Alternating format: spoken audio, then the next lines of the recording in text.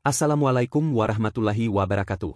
Dalam tayangan VT kali ini saya akan menyampaikan terkait kaum Ba'alawi, sekte Syiah yang bersaidina kepada Muhammad Al-Faqih Muqaddam, bukan bersaidina kepada Nabi Muhammad Shallallahu Alaihi Wasallam. Seperti halnya Wahabi kepada Muhammad bin Abdul Wahhab. Seperti pula Ahmadiyah yang telah berfirqah, mereka itu seperti Ahmadiyah Qadian, LDII dan sebagainya yang bernabikan dan meyakini bahwa Mirza Ghulam Ahmad itu adalah Khataman Nabiin dan Sayyidul Mursalin, seperti kaum Syiah Iran kepada Abdullah bin Sabah. Ketahuilah saudaraku, sungguh parah. Mereka adalah cucu Nabi Muhammad Shallallahu Alaihi Wasallam, tapi kenyataannya dibelokkan ke keyakinan lain. Sungguh pembohong besar. Coba kita pikirkan, masuk akal atau tidak sama sekali? Disebutkan bahwa Nabi Muhammad Shallallahu Alaihi Wasallam jika bertemu Habib Muhammad Al-Faqih Muqaddam, mencium tangannya karena ta'zim kepada Habib, tokoh tertinggi kaum Ba'alawi. Bahkan dikatakan pula bahwa Rasulullah pernah belajar ilmu nahwu dengan Habib tersebut. Naudzubillah min zalik. Sungguh pembodohan yang sangat luar biasa. Lah, kok bisa mengaku sebagai zuriat Nabi? Mereka katakan bahwa Nabi jika bertemu dengan Al-Faqih Muqaddam mencium tangannya. Astagfirullah. Sungguh penghinaan kepada Nabi Muhammad Shallallahu Alaihi Wasallam. Apakah kaum Ba'alawi ingin mengatakan bahwa Nabi mereka sebenarnya adalah Muhammad Al-Faqih Muqaddam dari Tarim, komunis itu? Astagfirullah. Ketahuilah bahwa, bahkan Rasulullah tidak menyaksikan pembunuhan terhadap cucunya.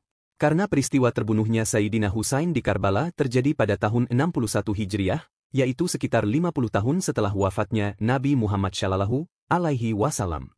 Sementara Muhammad Al-Faqih dikatakan sebagai cucu Nabi, dan Nabi diklaim mencium tangannya serta belajar ilmu nahwu kepadanya. Padahal Sayyidina Husain yang dibunuh di Karbala saja terjadi 50 tahun setelah Nabi wafat. Nabi Muhammad Shallallahu Alaihi Wasallam telah memberikan peringatan tentang peristiwa yang akan terjadi pada keturunannya, termasuk terbunuhnya Sayyidina Husain, serta akan munculnya suatu kaum pengkhianat yang mengatasnamakan cucu Nabi, yaitu kaum Ba'alawi, semata-mata untuk kepentingan dunia mereka. Ketahuilah, sejatinya kaum Ba'alawi bukan keturunan Nabi dan bukan pula bernabi kepada Nabi Muhammad Shallallahu Alaihi Wasallam. Mereka bernabi kepada Muhammad Al-Faqih Muqaddam. Dialah yang dianggap sebagai Rasul, dialah Sayyidul Anbiya bagi kaum Ba'alawi. Bukan Nabi kita Muhammad Shallallahu Alaihi Wasallam. Bahkan itulah Tuhan mereka. Dan itu adalah pengakuan mereka. Dan itu pula yang mereka dakwahkan. Ketika ditanya di dalam kubur oleh malaikat, siapa nabimu? Jawabnya, Ba'alawi. Lalu malaikat bertanya, siapa Tuhanmu? Jawabnya, Ba'alawi. Bahkan mereka menyatakan dalam ceramah mereka bahwa panitia hari kiamat adalah kaum Ba'alawi. Naudzubillah min zalik. Inilah fitnah kaum Masihid Dajjal. Sudah mampu merekrut pengikut mereka dan mereka kuasai serta perbudak. Apalagi Dajjal si mata satu.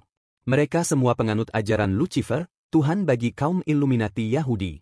Sungguh keterlaluan kalau masih ada yang ta'zim kepada kaum Ba'alawi, karena Rasulullah, yaitu Nabi Muhammad Shallallahu Alaihi Wasallam, mereka nomor duakan.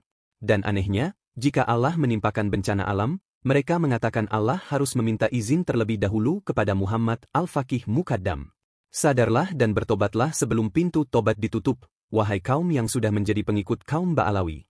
Bagaimana mungkin Muhammad Al-Faqih Muqaddam itu bisa dikatakan keturunan Sayyidina Husain, sementara kaum Ba'alawi mengatakan bahwa Nabi Muhammad pernah belajar ilmu nahwu kepada Al-Faqih itu? Kenyataan ceramah mereka semata-mata adalah bisnis untuk mendapatkan uang.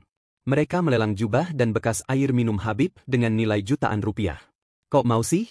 Mereka memuliakan Tarim melebihi Mekah dan Madinah. Kok mau sih? Faktanya, mereka tidak mengerjakan ibadah haji dan umrah. Kok mau mengikuti mereka yang mengingkari rukun Islam yang kelima? Kok mau sih? Hei! Saudara yang masih dalam kain selimut Ba'alawi. Ketahuilah, mereka berasal dari pegunungan Kaukasus. Dahulu kala mereka membuat Ka'bah palsu untuk kemuliaan dan kekayaan tanah mereka. Agar Ka'bah buatan mereka berfungsi, mereka membentuk pasukan bergajah untuk menghancurkan Ka'bah di Mekah yang diurus oleh kakek Nabi Muhammad Shallallahu Alaihi Wasallam, yaitu Abdul Muthalib. Namun mereka dihinakan oleh azab dari Allah Subhanahu wa Ta'ala. Mereka dimusnahkan oleh pasukan langit, yaitu pasukan burung ababil. Nanti, menjelang hari kiamat ditegakkan, dari mereka akan muncul kembali pasukan bergajah serupa, ingin menghancurkan Ka'bah, dan sudah tidak ada lagi penghalang untuk menghancurkannya. Karena seluruh umat Islam telah diwafatkan secara massal terlebih dahulu oleh angin lembut dari sisi Allah Subhanahu wa Ta'ala. Namun ketika mereka akan berhasil mendekati Ka'bah, kuasa Allah ditampakkan kepada mereka. Yaitu Ka'bah itu seketika diangkat ke langit seperti Baitul Ma'mur untuk menjadi kiblat para malaikat. Mereka adalah Dajjal. Apakah kita masih mau berpihak kepada kaum Ba'alawi seperti sekelompok orang di Madura yang siap mati demi kaum Ba'alawi, para pembohong besar itu? Yang menyatakan Indonesia merdeka itu karena kaum Ba'alawi? Faktanya, mereka adalah penjajah segala sesuatu. Masihid Dajjal berjubah menyerupai umat Nabi Muhammad Shallallahu Alaihi Wasallam. Naudzubillah. Waspadalah. Rizik Syihab telah menabuh genderang perang saudara dan mengancam kedaulatan NKRI dengan pernyataannya kepada kaum mereka, saudara-saudara siap rebut Indonesia. Pengikutnya menjawab, siap. Semoga bermanfaat. Dan nantikan tayangan komentar VT saya berikutnya. Salam Nusantara. NKRI harga mati.